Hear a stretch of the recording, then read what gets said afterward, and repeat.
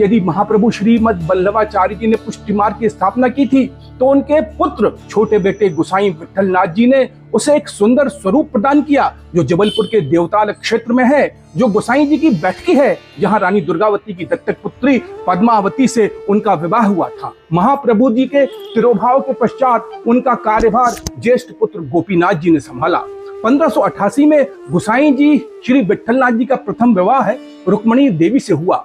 1599 में उनके बड़े भाई गोपी जी के अचानक तिरोभाव से संप्रदाय में अस्थिरता और असमंजसता की स्थिति आ गई। गोपीनाथ जी के पुत्र पुरुषोत्तम जी छोटे थे, अतः विट्ठलनाथ जी ने कार्यभार ग्रहण किया।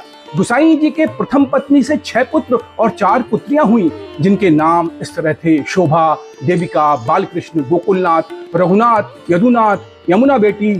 देवलोक से संवत 1616 में गोसाई जी की पत्नी रुक्मणी बहू जी का गोलोकवास हो गया। इसके उपरांत विट्ठलनाथ जी पारिव्राजक के रूप में संपूर्ण भारत की यात्रा पर निकल गए।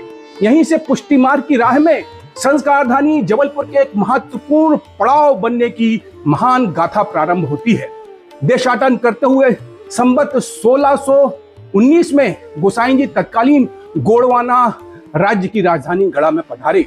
दोपहर तक का पहला विश्राम उन्होंने संग्राम सागर के किनारे किया। वहां से आगे बढ़ते हुए देवताल की प्राकृतिक छटा देख विश्राम के लिए वहीं रुक गए। तब नवरात्रि का प्रहर नजदीक था, अतः उन्होंने अपने शिष्यों से बस्ती से अग्नि लाने के लिए कहा।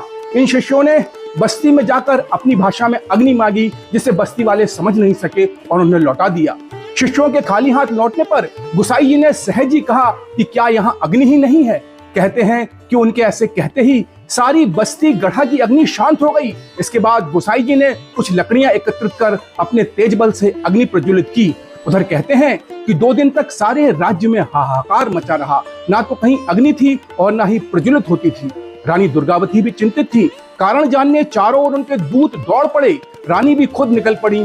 किसी ने उन्हें आकर जानकारी दी कि गोकुल से कोई संत आकर देवताल की पहाड़ियों पर रुके हैं, उनके डेरे पर आग जल रही है। रानी को लोगों ने बताया कि उस डेरे से कुछ लोग अस्सू अस्सू करके कुछ मांगने आए थे, जिसे लोगों ने मना कर दिया। तो रानी ने सोचा कि शायद वस्तु अर्थात पूजा सामग्री मांगने आए होंगे। अतः उन्होंने एक थाल में पूजा की सामग्री एवं अन्य भेंट आदि ली और डेरे पर पहुंची। परंतु गोसाई जी ने अपने डेरे के बगल में बने छोटे से कुंड में से वे सभी वस्तुएं डाल करके कहा कि मुझे इन वस्तुओं की आवश्यकता नहीं है। कहते हैं जब रानी ने क्षमा याचना की, सारे राज्य में अग्नि लौटी।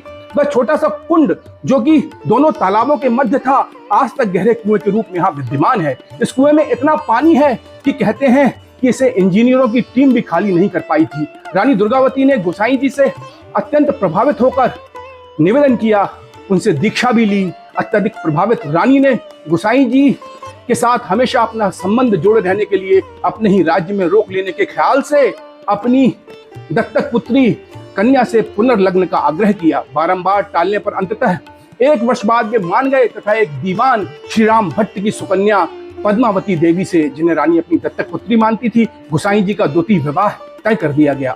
संवत 1620 की अक्षय तृतीया को गोसाई जी का द्वितीय विवाह हुआ। इसके पश्चात गोसाई जी 1622 तक जबलपुर में ही रहे।